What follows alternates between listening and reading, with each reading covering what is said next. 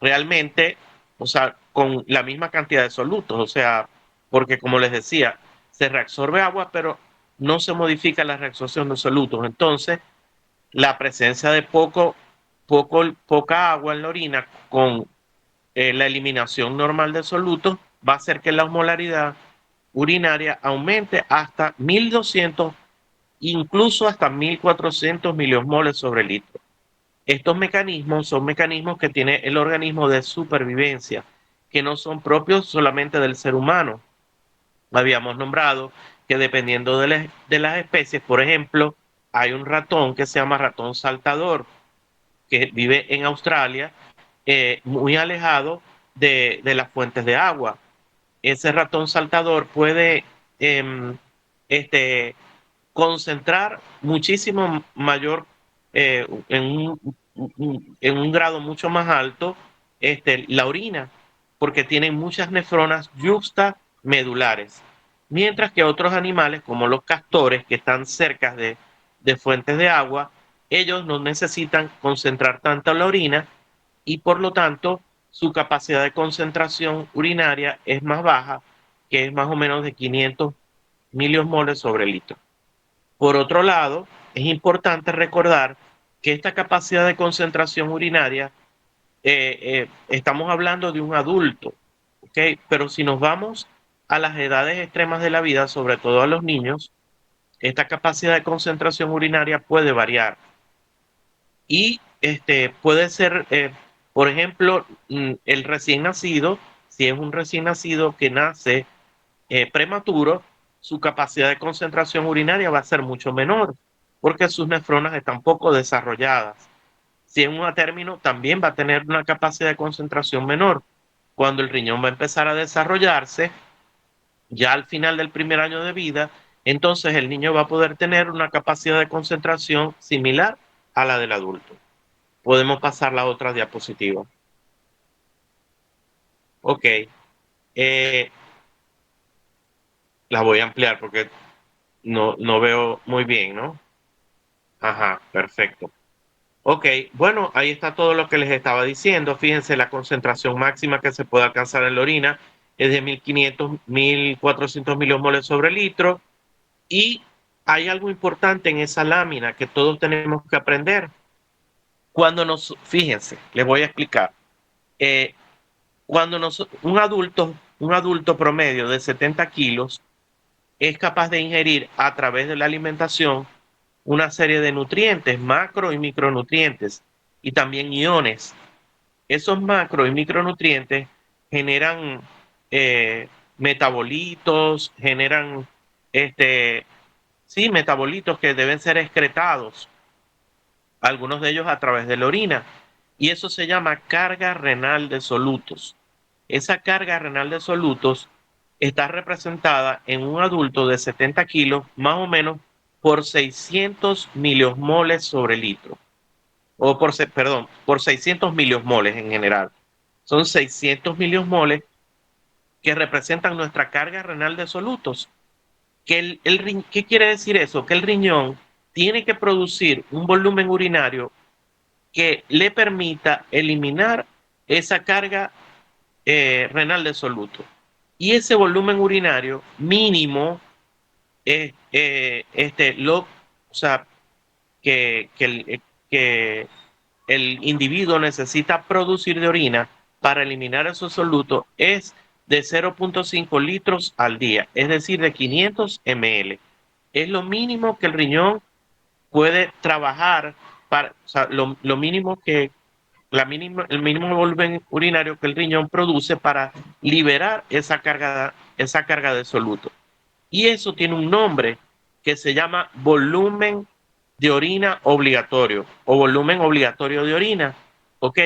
Y se hace dividiendo la carga renal, que es 600 de todos esos solutos, 600 miliosmoles, entre la máxima capacidad de concentración de la orina, que es 1200 miliosmoles sobre litro. Si yo divido 600 entre 1200 es la mitad. O sea, por eso es 0,5 litros por minuto. Y eso se llama volumen volumen urinario o obligatorio. Ok, lo voy a volver a repetir. Si yo ingiero, un adulto promedio de 70 kilos ingiere en sus alimentos nutrientes y también ingiere iones. Ok, esos iones representan aproximadamente una carga de solutos de 600 miliosmoles. Eso se llama carga renal de solutos. ¿Qué quiere decir eso? Que el riñón tiene que producir un volumen de orina determinado para liberar esa carga de soluto. Ese volumen de orina lo puedo obtener dividiendo eso, esa carga de soluto, que es 600 miliomoles, entre la máxima capacidad de concentración de la orina, que habíamos dicho que era 1200 miliomoles sobre litro. Eso da 0.5 litros al día. ¿Qué quiere decir eso? Que 0.5 litros al día es como la mínima cantidad de orina que uno puede producir para liberar esa cantidad renal de solutos. ¿Ok? Eh, Cuando nosotros tenemos una situación en donde el paciente está restringido de líquidos, nosotros le tenemos que aportar una, eh, una cantidad de agua al día que al menos le permita deshacerse de esa carga de solutos, como lo vemos en los pacientes que tienen una falla renal.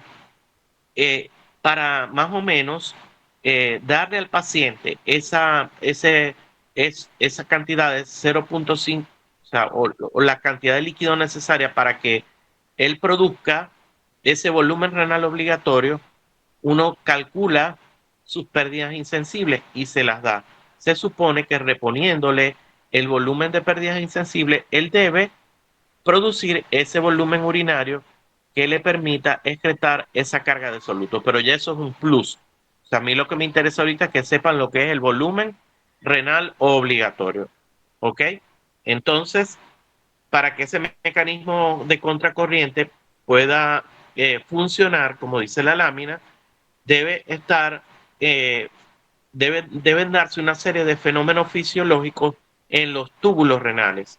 El primer fenómeno fisiológico es que exista lo que se llama el mecanismo de contracorriente, que se produce, eh, es una dinámica que se produce en, la, en el asa de Henle, porque hay un intercambio de agua y de solutos en el asa de Henle, y que permite ese mecanismo de contracorriente que desde la luz tubular se expulsen iones, sodio, cloro, eh, eh, potasio, desde la porción gruesa ascendente del asa de Henle hacia el intersticio medular, haciendo que el intersticio medular se ponga hipertónico. Ya ustedes deben saber de eso si han estudiado, porque de eso lo hablamos. Eso lo hablamos. En segundo lugar, para que se dé el mecanismo de contracorriente, necesitamos de la liberación y acción de la hormona antidiurética. También ya eso lo sabemos, porque ella es la que va a permitir que aumente la permeabilidad al agua en el túbulo colector, haciendo que se reabsorba agua hacia el intersticio medular hipertónico. Y esa agua, ¿hacia dónde va a tomar? Esa agua va a tomar hacia el sistema de vasos rectos, en la unión entre la médula y la corteza, para que esa agua que se está ahorrando o que se está reabsorbiendo vaya al torrente sanguíneo. Al mismo tiempo vamos a tener una disminución del volumen urinario, como ya lo habíamos dicho. Diego, puedes pasar la otra lámina. Ok, entonces, ¿qué es ese sistema multiplicador eh, por contracorriente del asa de Henle? Bueno, si no, si se me olvida, necesito que me recuerden explicarle lo que es la densidad urinaria y la osmolaridad urinaria, que eso es muy importante, las diferencias entre ellas. ¿Qué es ese sistema multiplicador de contracorriente? Eh, ya sabemos que el asa, ok, un asa como el asa de Henle tiene, como su nombre lo dice, forma de U o de asa, en donde hay un desplazamiento eh, de esa agua y de esos solutos en el líquido tubular en forma paralela.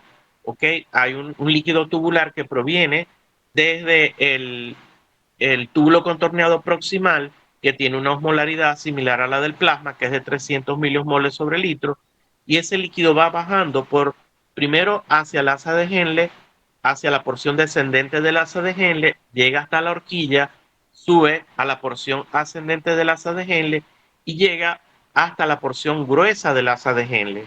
¿Ok? Entonces hay un flujo de ese líquido tubular que es próximo, pero que va en sentido contrario. Por eso se llama mecanismo de contracorriente. Y este mecanismo inicialmente separa el agua de los solutos. Y esa separación del agua y de los solutos va a generar una diferencia en la osmolaridad o un gradiente en la osmolaridad entre un lado del asa y el otro, entre una rama y la otra. Ya lo vamos a explicar. Además, deben haber unos vasos sanguíneos que tengan una pobre perfusión, que ya sabemos que son el sistema de los vasos sanguíneos que se llaman vasos rectos, que son los vasos sanguíneos que rodean al asa de Henle de las nefronas yuxtamedulares.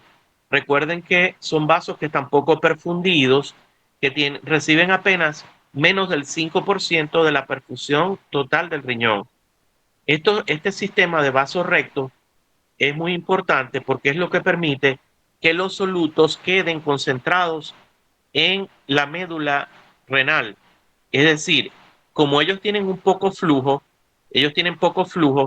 eh, los vasos rectos no reabsorben, digámoslo así, suficiente cantidad de solutos, sino que los solutos se quedan concentrados en la médula renal. ¿Ok? Y eso es muy importante porque si no existiera ese mecanismo, la médula renal no se concentraría. Por otro lado, entonces, eh, debe haber también un canal, como dice la lámina, paralelo por el que fluya el líquido y que permita que haya un equilibrio osmótico entre el líquido tubular y lo que es el intersticio medular. ¿Cómo es eso? Bueno, si nosotros recordamos, la permeabilidad al agua en los diferentes segmentos del túbulo renal es diferente. Acá nos interesa recordar, en primer lugar, cuando el líquido viene desde el túbulo contorneado proximal, que acuérdense que allí es isotónico con respecto al plasma, porque la osmolaridad del líquido tubular es de 300 miliosmoles sobre litro.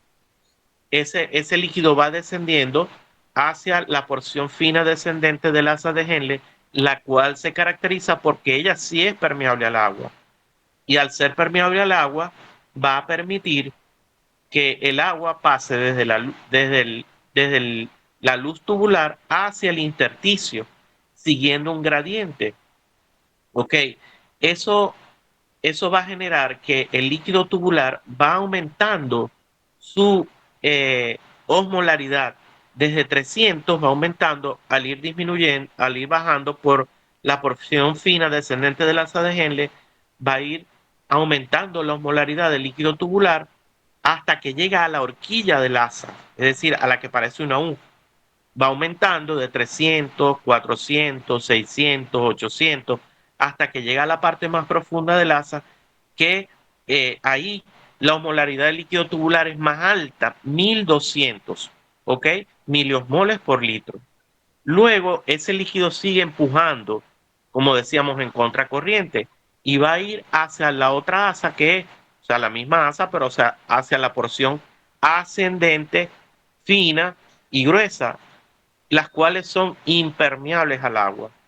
Al ser impermeables al agua, esas porciones ascendentes, finas, este, y gruesas, al ser impermeables al agua, eh, hacen que esa osmolaridad de 1200 a la cual había llegado el líquido tubular en la horquilla vaya disminuyendo progresivamente hasta que llega a la porción gruesa del asa de Henle, en donde está el sistema de transporte trillónico que ya ustedes conocen, que es un sistema de transporte activo que se encarga de expulsar del líquido tubular todos los iones, los solutos que están en el líquido tubular, expulsarlos hacia el intersticio medular hipertónico perdón, hacia el intersticio medular para hacerlo hipertónico.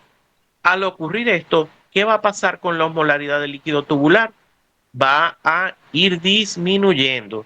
Es decir, allí en esa parte de la porción gruesa del asa de Henle, ya el líquido tubular está diluido con una osmolaridad baja, más o menos de 100 miliosmoles sobre litro. Y este líquido tubular es el que va a ser entregado a la porción del túbulo contorneado distal, a la porción cortical del túbulo contorneado distal y a la porción cortical del túbulo colector, en donde termina de diluirse.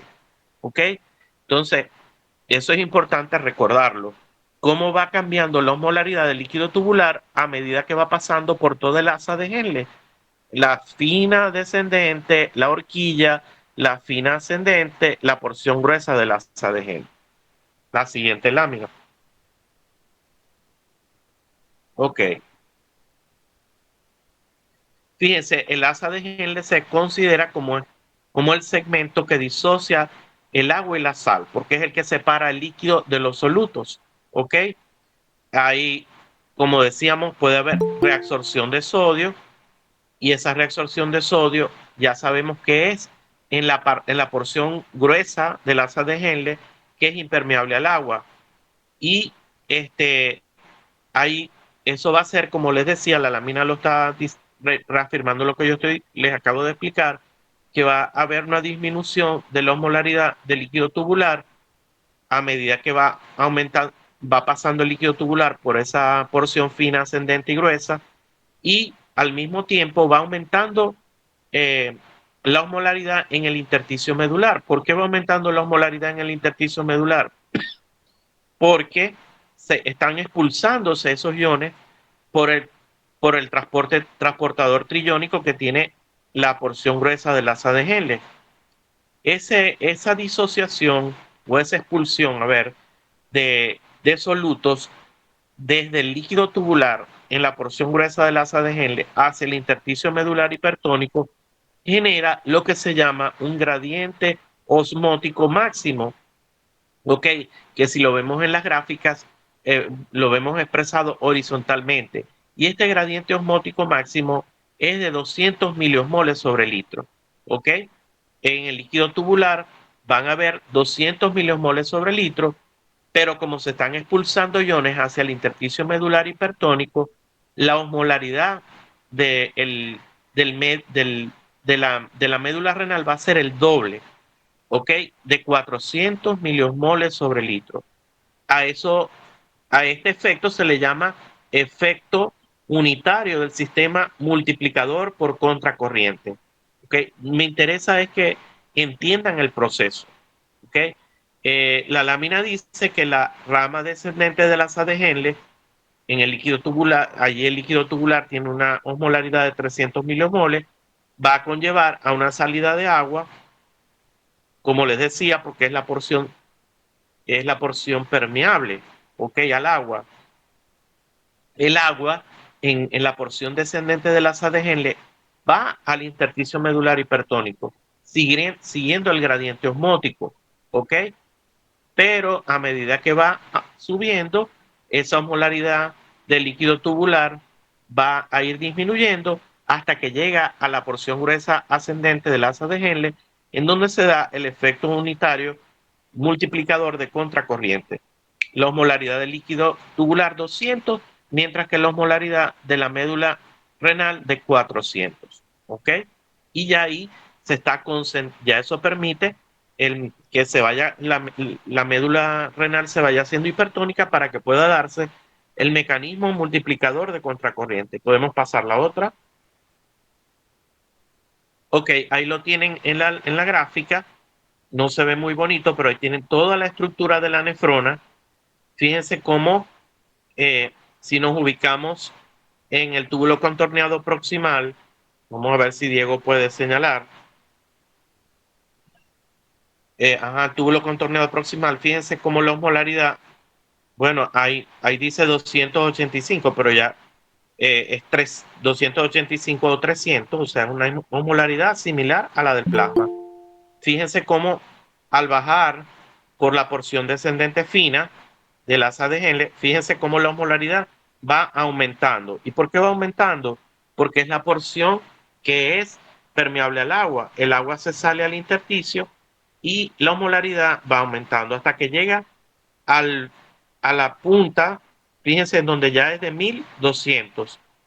Luego va a ir a la porción ascendente y esa osmolaridad comienza a disminuir hasta que llega a la porción gruesa del asa de Henle, donde está el transporte trillónico, y lo que está en el rectángulo está expresando el efecto unitario multiplicador de contracorriente.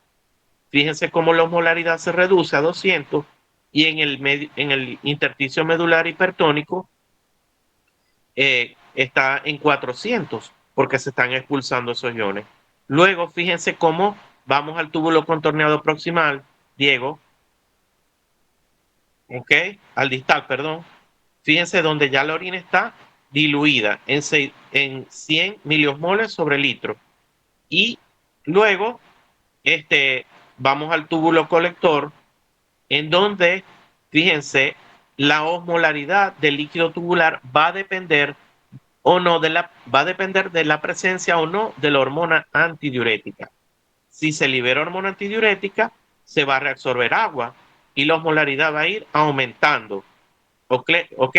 Y fíjense cómo esa capacidad de concentración urinaria al final puede ser tan alta como de 1200. ¿Ok? Si no hay hormona antidiurética, simplemente la osmolaridad del líquido tubular varía de acuerdo a la presencia o no de ella y a la presencia si queremos diluir o concentrar la orina. Si nos vamos a ver a la otra parte de la lámina, al extremo izquierdo de la lámina, vemos el sistema de vasos rectos. El sistema de vasos rectos, ya lo vamos a ver. Ajá. Era la próxima lámina. Bueno, el sistema de vasos rectos, este, mm, déjeme ver, ajá, aquí está. Dame la lámina siguiente. Ajá, el sistema de vasos rectos en la C, en la C. Fíjense cómo este sistema de vasos rectos permite también funciona como en contracorriente. Fíjense cómo la flecha indica hacia abajo y luego una flecha azul que está inclinada hacia abajo, ¿ok? Indicando el flujo descendente de la sangre y luego una flecha hacia arriba. O sea, hay un sistema en contracorriente. Y fíjense cómo ese sistema de contracorriente de los vasos rectos también en la porción descendente va a permitir la entrada, o sea, hay salida desde el líquido tubular de agua hacia el intersticio y hay reabsorción de solutos, cloruro de sodio y urea sobre todo, porque son los que se acumulan en el intersticio medular para darle la capacidad de hipertonía o esa propiedad de hipertonía. Mientras que en el otro sentido, fíjense cómo el agua que se expulsó hacia el intersticio vuelve a ser reabsorbida y los solutos vuelven a ser expulsados hacia el intersticio medular hipertónico. Fíjense, flechas blancas el agua que se expulsa en la porción descendente, ¿ok? Desde la luz del vaso recto hacia el intersticio. Mientras que las flechas rojas indican que hay reabsorción de cloruro de sodio y las amarillas de urea en ese sentido. Pero luego la sangre sigue desplazándose. ¿Y qué pasa al desplazarse la sangre? El agua que se expulsó vuelve a ser reabsorbida y hacia el sistema de vaso recto y los solutos vuelven a ser expulsados hacia el intersticio medular hipertónico. Eso se llama intercambiador por contracorriente y se da en los vasos rectos. ¿Ok? Eh, si nos vamos a, a la parte A, es lo que acabamos de explicar. En la parte A, está básicamente representada por el asa de Henle, que lo acabamos de explicar muy bien, ¿ok? Y en la parte B, que representan los tres elementos necesarios para que se dé el sistema multiplicador de contracorriente, está el túbulo colector. Entonces vamos a ver cómo el túbulo colector, en presencia de hormona antidiurética, reabsorbe agua y también reabsorbe urea. La urea normalmente ella es reabsorbida por utilizando unos transportadores. El transportador de urea A1, el transportador de urea A3 y el transportador de urea A2.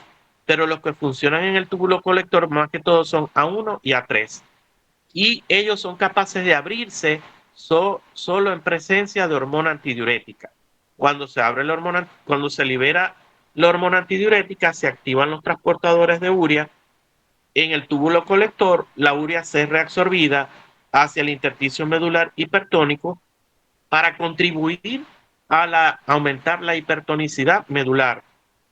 Eh, La urea, como sabemos, viene del metabolismo de las proteínas, lo que quiere decir que en aquellas personas que tienen dietas hipoproteicas o en los niños desnutridos, en Venezuela hay muchísimos que tienen una desnutrición proteica que se llama desnutrición tipo kwashiorkor, en donde comen básicamente, su alimentación es básicamente a base de almidones. Ellos están hinchados porque tienen la presión coloidosmótica disminuida, están gordos porque están farináceos, o sea, están pero a expensas de carbohidratos, y ellos tienen una pobre capacidad de concentración urinaria, porque la urea viene del metabolismo de las proteínas, y si no tenemos urea, no vamos a poder concentrar esa urea en el intersticio medular hipertónico, y por lo tanto, esos niños, al tener un episodio de diarrea y vómito, se deshidratan fácilmente porque carecen de ese mecanismo de compensación que se llama capacidad de concentración urinaria, que lo tenemos todos. También las personas que tienen problemas en el túbulo renal van a perder esa capacidad de concentración. Una enfermedad que nombramos en estos días, la diabetes insípida, en donde la hormona antidiurética no puede actuar sobre sus receptores en el túbulo colector, ellos también tienen pobre capacidad de concentración. Entonces, en resumen de esta lámina, necesitamos tres elementos fisiológicos para que se dé el sistema de multiplicador de contracorriente. En primer lugar, el asa de Henle, en donde se da el efecto unitario multiplicador. En segundo lugar, el túbulo colector con la presencia de la hormona antidiurética para reabsorber agua y urea. Y en tercer lugar, el sistema de vasos rectos, en donde se da el intercambiador por contracorriente. Vamos a darle la otra. Ok. El asa de Henle, bueno, yo creo que todo esto lo hemos dicho. Por el flujo continuo y en sentido opuesto a las dos ramas del asa de Henle, se, se va multiplicando en sentido vertical el efecto unitario del sistema de contracorriente, lo que les decía de la osmolaridad, cómo va a ir disminuyendo a medida que va por la porción ascendente y llega a la porción gruesa. Entonces, esto resulta en una concentración creciente a lo largo de la rama descendente y decreciente a lo largo de la rama ascendente. Todo ya lo explicamos. En consecuencia, ya va, me quitaron la lámina. Diego.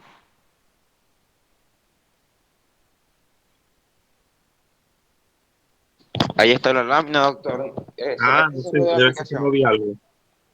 Ya, o sea, mueva el dedo hacia arriba, haga scroll hacia arriba. ¿Cómo le doy?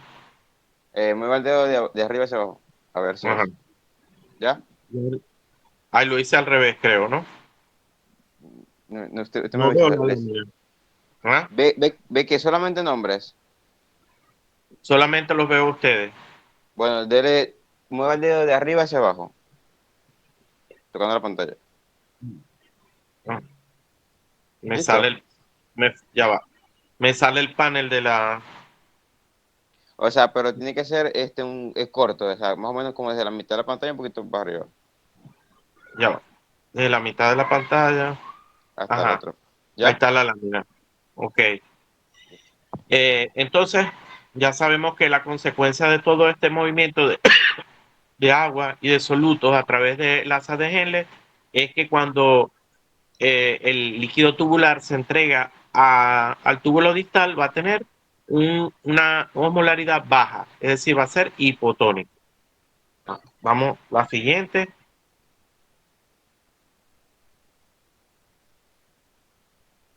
Ok.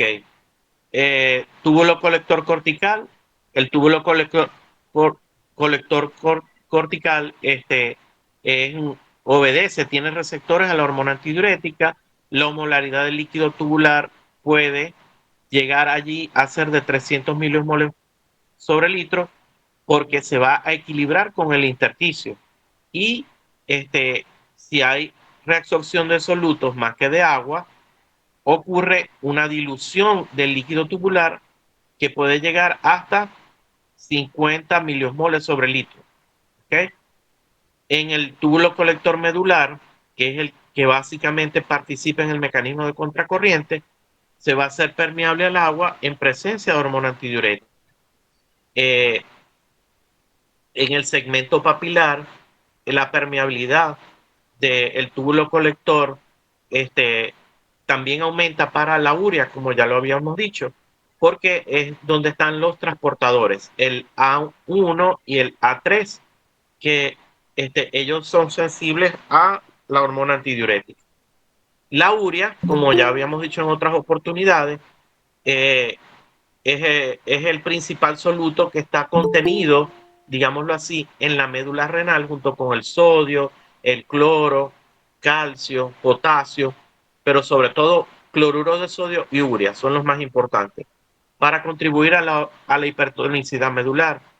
El 50% de la urea filtrada es reabsorbido en el túbulo proximal, lo vimos en unas clases anteriores, mientras que el 50% de la urea restante pasa a las porciones distales de la nefrona y ese 50%, la reabsorción de ese restante 50% va a depender de, entre otras cosas, de la presencia de la hormona antidiurética. La urea es un soluto reciclable. ¿Ok? Dale la otra. Ok. Entonces, fíjense, la concentración de la urea va a aumentar básicamente por dos mecanismos. Eh, Porque fíjense, si hay hormona antidiurética liberada, la hormona antidiurética lo primero que hace es aumentar la permeabilidad al agua. ¿Ok? Al aumentar la permeabilidad al agua, ¿qué pasa con el 50% de la urea que no se reabsorbió en el túbulo proximal y que está en el líquido tubular? Si se reabsorbe el agua, la urea se va a concentrar en el líquido tubular, va a aumentar su concentración. Y entonces el primer mecanismo que hace que se reabsorba agua es que en presencia de hormona antidiurética, la concentración de urea aumenta en el líquido tubular y por mecanismo de difusión comienza a reabsorberse hacia el intersticio medular. Y en segundo lugar, por un mecanismo de reciclaje o de recirculación de la urea reabsorbida en el túbulo colector papilar solo lo va a hacer en presencia de hormona antidiurética y ella va a difundir una parte hacia los vasos rectos, una parte es reciclada o reabsorbida hacia el asa fina descendente del asa de Henle y otra parte hacia el asa ascendente del asa de Henle por un mecanismo de reciclaje. Por ahí se ve en una lámina, ahorita debe estar la lámina donde se ven la manera como ella pasa a los vasos rectos. No, esta no es la lámina. Ah, a ver, debe haber otra de las anteriores. Ajá, a ver, no, de la primera creo que en la primera creo que se veía. Bueno, no, no está esa lámina, pero la pueden conseguir. Ahí está en las flechitas amarillas. Dale, dale la anterior, la anterior. La anterior, ajá, ahí. Fíjense cómo las flechitas amarillas, el intercambio de urea que hay en los vasos rectos, en, también en el túbulo colector y fíjense también en el asa de Henle. Entonces son las tres partes en donde la urea es reciclada, pues, son mecanismos de recirculación, no de reciclaje, de recirculación de urea hacia el asa de Henle a través del túbulo colector y a través de los vasos rectos. Esa urea, parte de esa urea se va a quedar, como les decía, en el intersticio medular, contribuyendo a la hipertonicidad medular. Ajá. Sigamos. Vamos adelantado. Ok, esta lámina lo que expresa es este, en el parénquima renal. Fíjense cómo las nefronas, hay una nefrona yuxtamedular, que es la que tiene las asas más profundas, cuya horquilla llega a la parte de la médula que es más hipertónica, que tiene 1200 milimoles sobre litro. Son las que nos ayudan en el mecanismo de contracorriente y de concentración de la orina.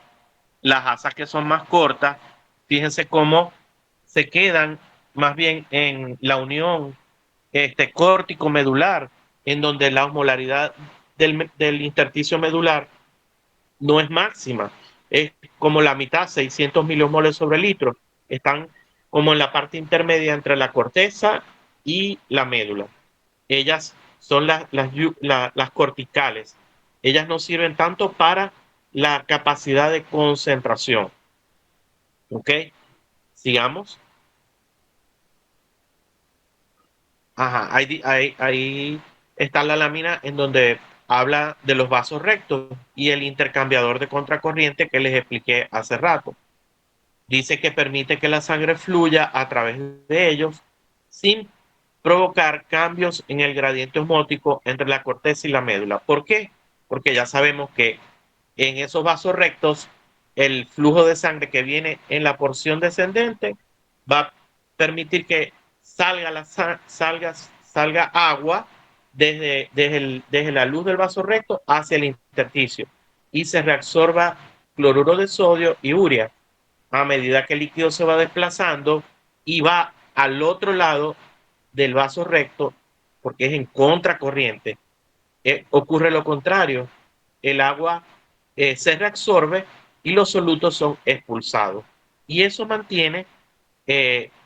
eh, evita que haya un gradiente osmótico significativo entre la región cortical y medular.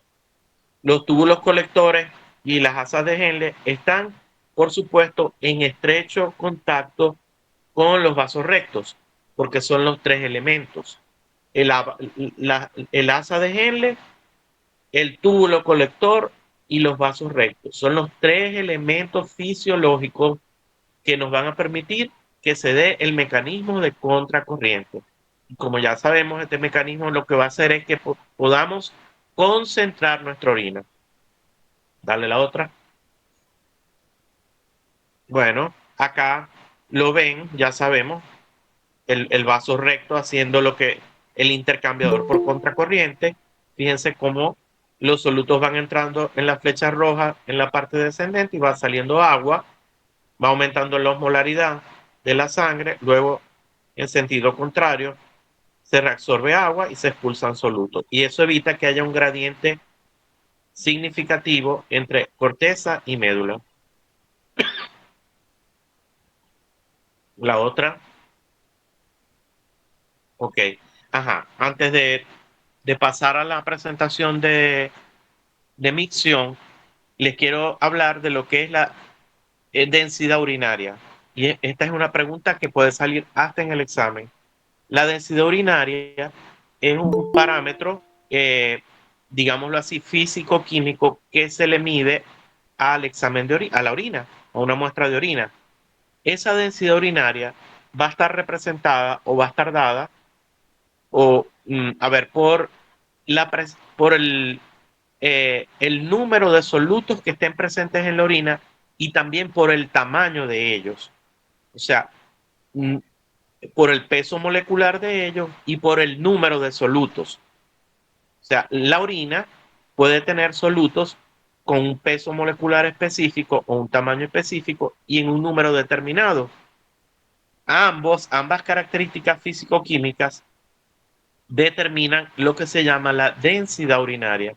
Nosotros la medimos en la orina con un instrumento que se llama densímetro y esa densidad urinaria varía entre 1008 a 1012 o 1015.